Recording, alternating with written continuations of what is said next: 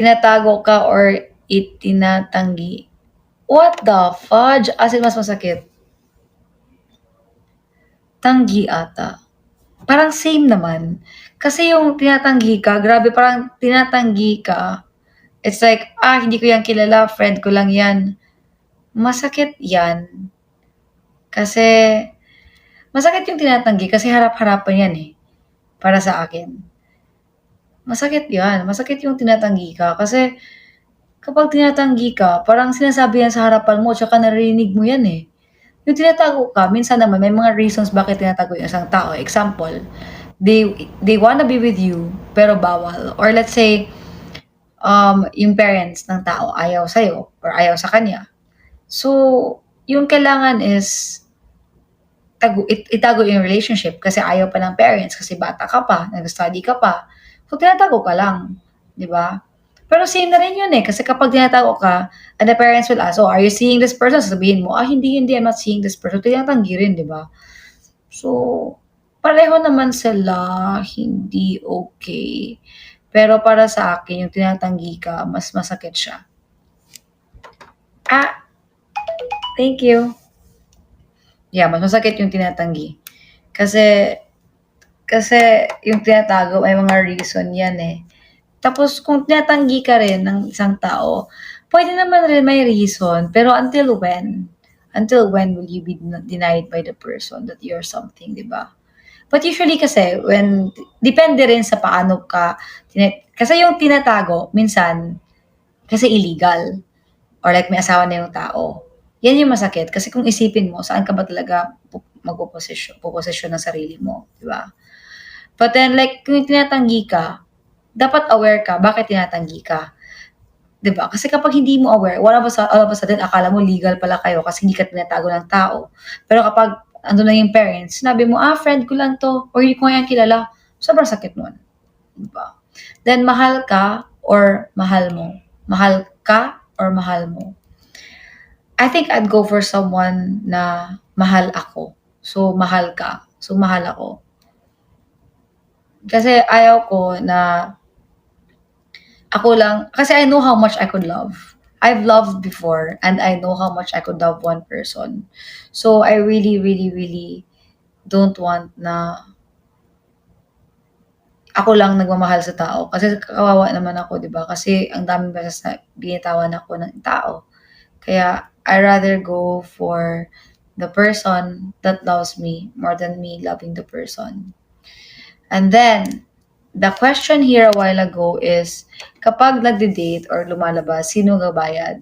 For me, I don't want to be a freeloader. Ayaw ko that you'll pay for me all the time. Like, if you offer to pay right now, I'll make sure that next time I get to pay or reciprocate. Kasi ayaw ko talaga nagapalibre lang.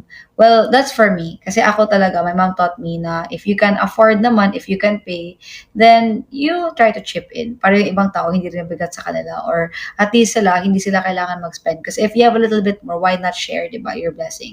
So, hindi ko naman sinasabi na hindi masama yung magpalibre. Ang saya kung may libre, di ba? Pero for me, it's also important. It's very important na if kaya mo mag-pay, if kaya mo gastos naman, and if you're gonna go out, then you can actually pay from time to time. Though guys would really offer to pay. Pero for me, it's it's okay that they pay, but then minsan you also try to pay. Wag lang palagi sila. Kasi if you can naman, if kaya mo, then it's okay. You can pay it depends. Pero wag naman na palagi lang yung tao. Pero depende rin sa status kasi yung isa talaga kung may pera talaga yung tao, palagi may pera. Edi okay lang siya na magbayad. Pero kapag pareho kayo tapos like working kayong dalawa. So wag na wag ka na parang magpahati. Pwede naman ikaw mag-pay. Kung we have a little bit more, okay lang. Example, yung isang tao, working, like let's say, if I go out with, let's say, staff, or let's say, a cashier, let's say, ano ba to? May friend ako na cashier noon. I have a friend rin na waiter. I also have a friend na someone that picks up garbages. So, alam nga naman, I'm going to let them pay, di ba? if we're gonna eat somewhere, ako na magbabayad. Kasi sila, alam ko, mahirap yung pera nila at saka hirap talaga yung pawis at saka yung time talaga nila andun. Kaya, if I can pay for them, why not, di ba? But then if it's like my friend, then I know that my friends can pay. I mean, hati-hati naman lahat. Now, my question dito na maganda, actually, I really like that question. Ipaglaban or ipaubaya? For me, paubaya ko.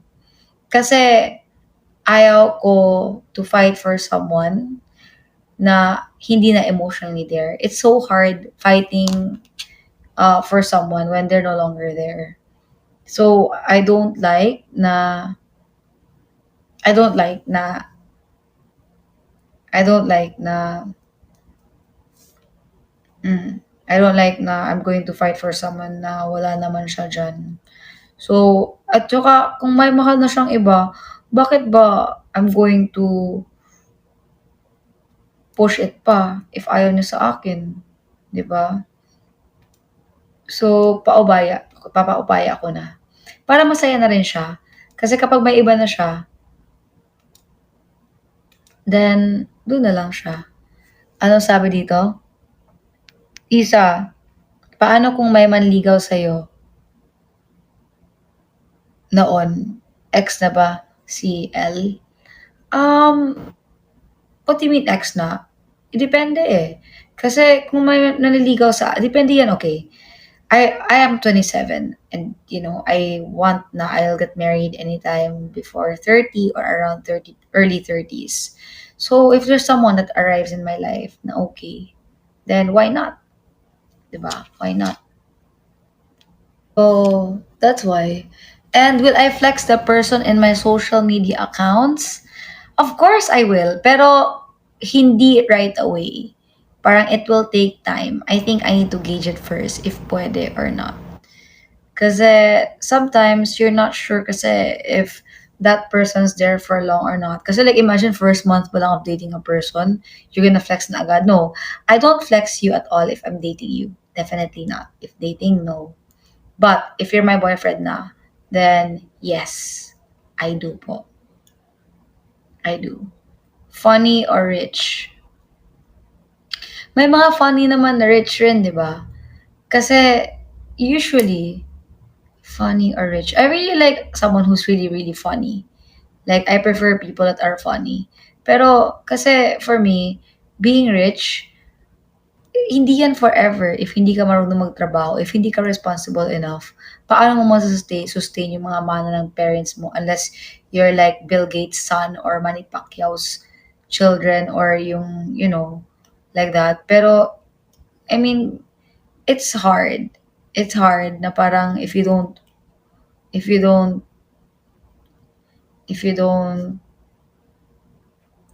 know how to work, if you're not responsible, mahirap yun. So, paano? Ano sabi dito? Clingy or not clingy? Of course, I want someone clingy. Even if I would deny it, I want someone clingy. What if bumalik si ex? Sino na ex? Sino? Kasi, kasi, ang sad. Ang sad ng life noon. 'Di ba? So, depende kung sino na ex. Kasi, grabe. Parang hindi na ata. It's done na. I don't want na rin. It's a dead per person in my life. Dead person in my life. In my life, no na. Friends na lang. Pero ayaw ko na. Kasi I got hurt so much by that person before. He will have, wag na ex. If ever an ex will come back, then that ex will have to move heavens and the earth, mountains and the sky to actually win me back. So, may chance lang sila kapag they move heavens and the earth. Yeah.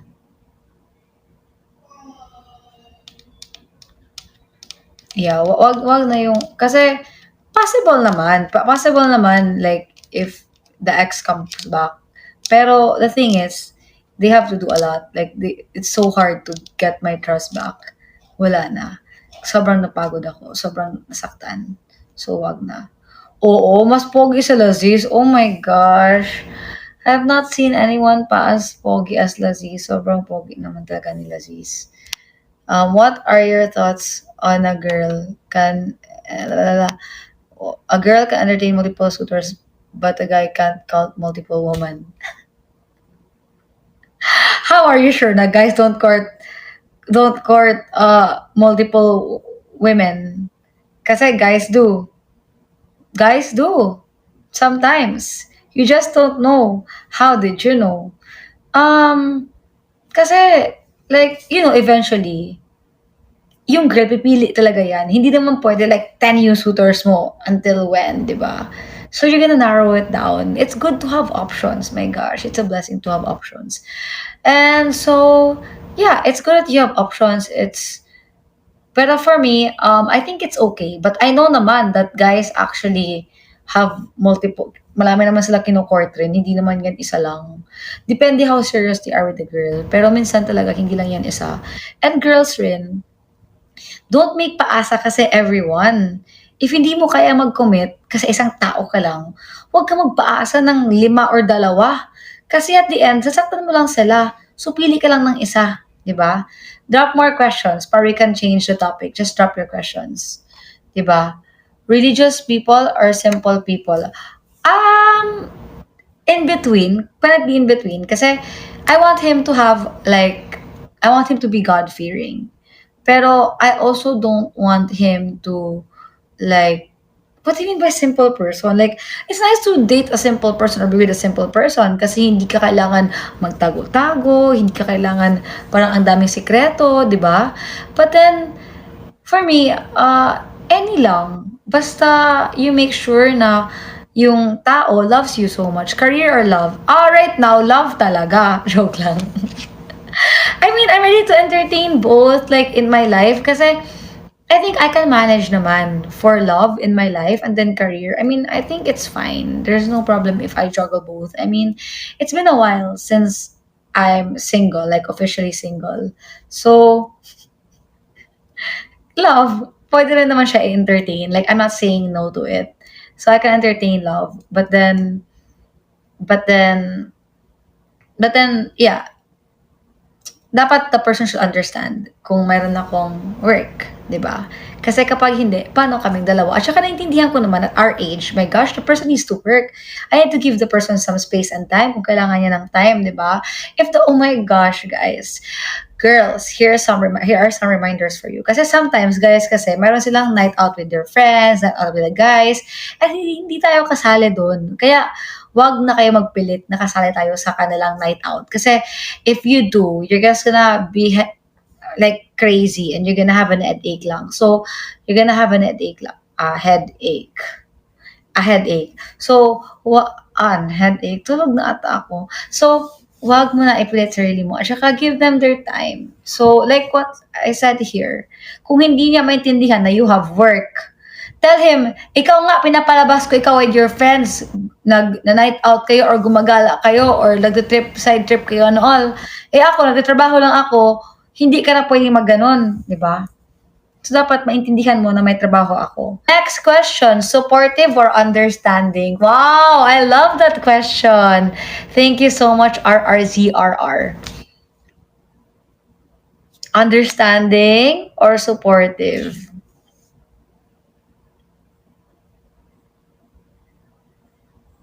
Wait, let me think it out. Yeah, why not both? Nancy's right. So kapag supportive ka, I can't even think. Ah, understanding. If understanding, baka support. I understand. Parang, imagine. Maybe like, darling, I'm so sorry. I won't be able to make it for dinner tonight because I have I have a competition. I'm gonna sing. I have a competition. And darling will be like, okay, I understand. Go, go, go. 'Di ba? Pero kung yung supportive yung tao, "Darling, I won't make it for dinner kasi I'm going to sing tonight." Sasabihin ng darling mo, "Sama ako sa'yo kasi support kita, cheer pa ako sa'yo para manalo ka sa inyong competition." So, yes, pwede both. Pero in that aspect, inisip ko kasi siya, ginawan ko siya ng scenario. So, "Darling, I'm gonna have a competition." So, yun, go, I'm gonna support you. So, gusto ko yung supportive. And then, if it's like, understanding, okay, this part na lang. Um, Darling, I have a stomach ache. Let's give a scenario, ha? I have a stomach ache, darling. It's okay. You will be okay. You will be fine. I understand it's painful right now. I understand how you feel. Just rest there. I'm very understanding right now. Pero kapag supportive, I have a stomach ache right now, I will be here for you. What do you need? Kasi as soon as like, you ask that person, can you please help me? I want my stomach to feel better. Tapos, bibigyan ka ng medicine, bibigyan ka ng hot compress. Supportive yan sa'yo. So, I want both, pero I think I'll go for supportive na lang. Okay, another scenario.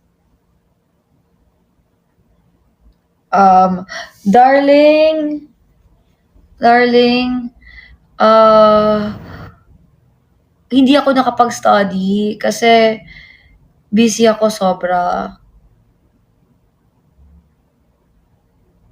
It's okay, I understood. Okay, fine. Ito na lang. Sa parents lang, gawin mo siya ng scenario sa parents. Like, "Ma, Pa, I failed. It's okay, we understand. You're not so smart." Oh my gosh. Okay, fine. But then, if you go like, "Babe, babe, darling, Ma, Pa, I failed." Sabihin ng parents mo, okay lang yan. We'll give you a tutor para hindi ka mag-fail next time. Oh, 'di ba? So, supportive parents. Goal-oriented or family? Oh, definitely family-oriented because I really want someone who has time for the family.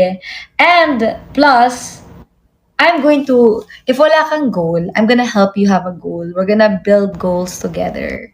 Kasi, imagine, if you're only goal oriented, paano na ako? I want to have a husband to go to. Hugs or kiss? I like hugs more.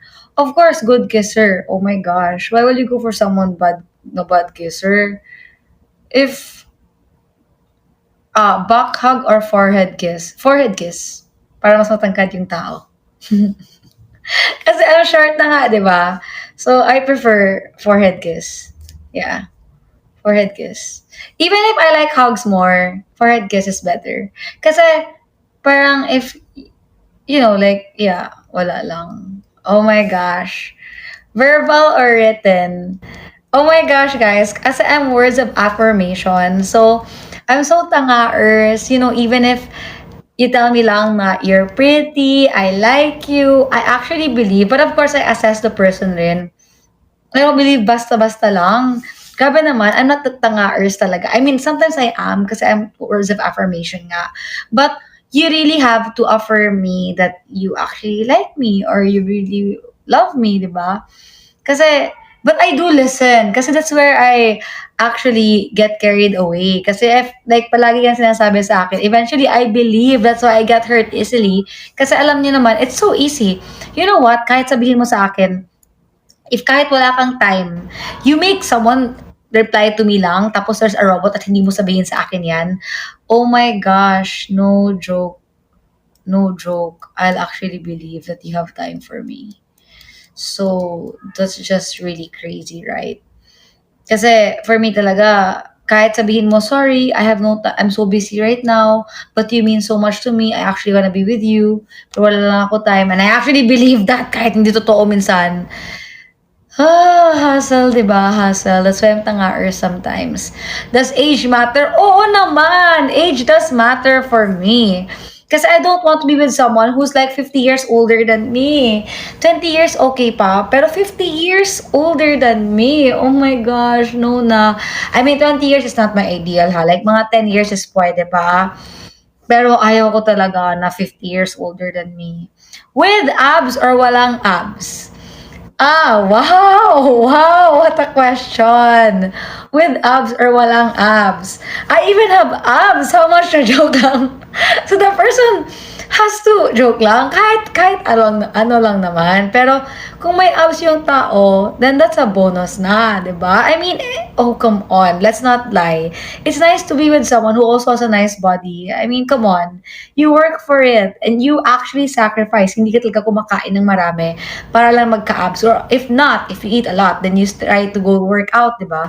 Kasi ako right now, I'm trying to lose weight again kasi I gained weight. I ate so much. I kept telling you guys before that I'm actually trying to lose weight pero kumakain naman ako ng marami. So right now, yeah, if my abs are wala, let's go for my abs na lang. 'Di ba? Pinoy or foreign na lang? I think any lang naman. Kasi may mga, depende kung type ko yung mukha ng tao. Kasi may mga Pinoy na sobrang gwapo naman. And then meron rin mga foreigners na gwapo. Pero meron rin ako na hindi type na foreigners or hindi rin type na Filipino. So depende. Depende talaga sa mukha. Oh my gosh, I'm being so honest right now. People might be like, she's so crazy. This girl is crazy. Yeah, I know. But then whatever. How do you manage hurt feelings? Lift it up to God. Pray to God about it. And lift it up to Him. Kasi hindi madali yung hurt feeling na ikungkung mo lang sa loob ng heart mo. So if I were you, lift it up to God, give it to God, and then God will do the rest. But of course, you have to also deal with the pain talaga. Don't neglect the pain. Don't go like, I'm not hurt, I'm fine, I don't worry about anything, blah, blah, blah, blah. Gosh, you're in pain na nga, ayaw mo pa i-admit na you're in pain. So if you're really in pain, admit that you're in pain. 'Di ba? Now, conservative or liberated? Actually, if my parents hears this, my parents will be like, ay nako, naloka na talaga, anak ko. Kaya wag niyo sila itag ha, wag niyo talaga itag yung parents ko. Pero I go for liberated. I don't want super conservative. I am not a super conservative person. I mean, I am slight, but not extremely. Like, even the way I dress, it's not. Hindi lang siya obvious. Pero, yun. Singer or chef? Ano gagawin ko sa singer? Ano, papagantahin ko siya? Or papa-concert ko siya sa bahay? 'Di ba? So, chef na lang. Tataba pa kami. Walang abs, sayang. Maganda yung tao na marunong kumanta. Hindi naman kailangan maging singer. Can sing lang. And then chef. Para singing chef siya. Yes, 'di ba? But then, I think someone who's a good cook will be amazing. Mhm. And now, low-key or public relationship? For me kasi, like what I said, if boyfriend ko na yung tao, ayaw ko siya itago. So, hindi siya low-key. I think it's going to be public. Public for me. Public talaga. Pero depende rin yan sa tao. Kasi if the guy wants to be private, then okay. Pwede naman private. Pero for me kasi like eventually, if you marry the person, ano yan? Low-key pa rin? Di ba? Hindi na yan low-key. Public na yan. If you marry the person, you're gonna have a kuwan nga eh. You're going to have a wedding. So, does religion matter to you? What matters sa akin talaga is actually your faith. What your faith in God. Kasi you can have a religion. But like Catholic and Christians, those two, they have halos same teachings naman. They have the same God. So, what matters most is your personal connection with God. Not that you're religious and all. Ilang syllable ang name? Secret. Worst thing you did. Worst thing I did for love. Oh my gosh. You don't even want to know what I did. I packed my things. Kasi gusto ng tao na I live with him, di ba? Tapos we were about, and akala ko, no, I don't wanna ever live with someone unless I'm married. Definitely, it's a big no for me talaga. No. I don't wanna live with a person unless, probably, fine. If we're engaged or civil na kami, probably it's okay. Pero if we're not married, ayaw ko talaga to live with a person. Kasi how about if we break up tapos you'll have a kid pa, di ba? So no talaga. I don't want to live with a person talaga. So anyways, like this personal, like for me lang, ako lang problem ha, like if people lives together, there's no problem. Pero sa akin lang, ayaw ko lang kasi I don't want to have so much memories with the person kasi I know myself when it comes to love. Alam ko paano ako magmahal. So ayaw ko talaga na yung tao sakit sa ulo, like, di ba, what I did, the crazy. I mean, it's okay to live with the person. There's no problem with that. At least you test the waters. Pero para sa akin kasi, alam ko yung memory, like, sobrang sakit siya sa akin kapag you separate. And I'll be so dependent to the guy. I'll be so dependent to my partner. So, I don't wanna live with the person, di ba? Pero, when you were about to break up, alam mo yung ginawa ko? I packed my things at home. I brought food to his house. And then I said, I'm ready to live here in your house. I'm gonna live with you. But I got sent home. Ah! So I think that's the worst thing I did for love. And I closed my stores for love. Like, I had multi shops. Pero, because I know, parang it won't make him happy or I'll have more time if I close it. Kasi worth it yung tao. Akala ko worth it. So, I closed my stores kasi akala ko yung worth it yung tao. I closed them because I wanted to save the love. I didn't close it dahil sabi niya. Definitely not. But then the thing is, I wanted to give more time for the person kasi I'm that crazy when it comes to love. I wanted to give him more time, so I closed my stores for that person who's not even worth it pala. Because where are we right now? If it's really worth it, he'd be by my side in this life with me, or I wouldn't even be here in this life.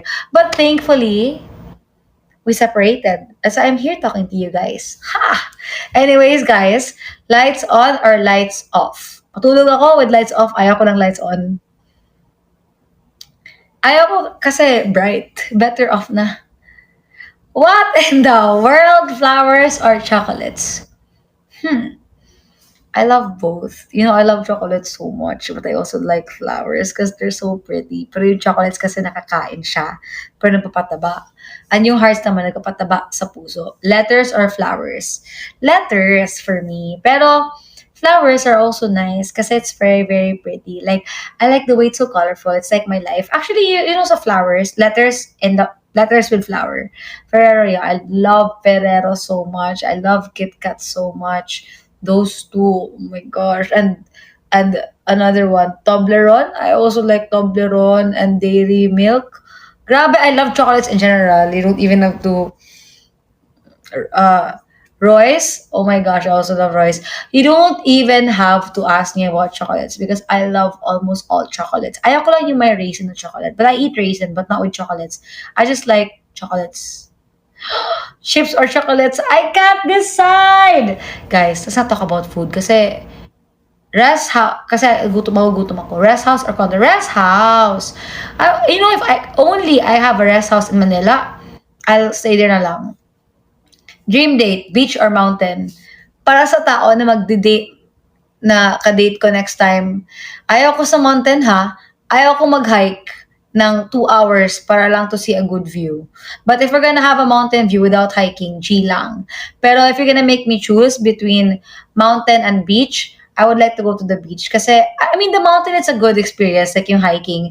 Pero kasi, you get dirty, tapos wala pang shower after. So, I don't want na it will be so sticky. Ay! Come here, babe! My babe is here! You guys wanna see my babe? My babe is here today!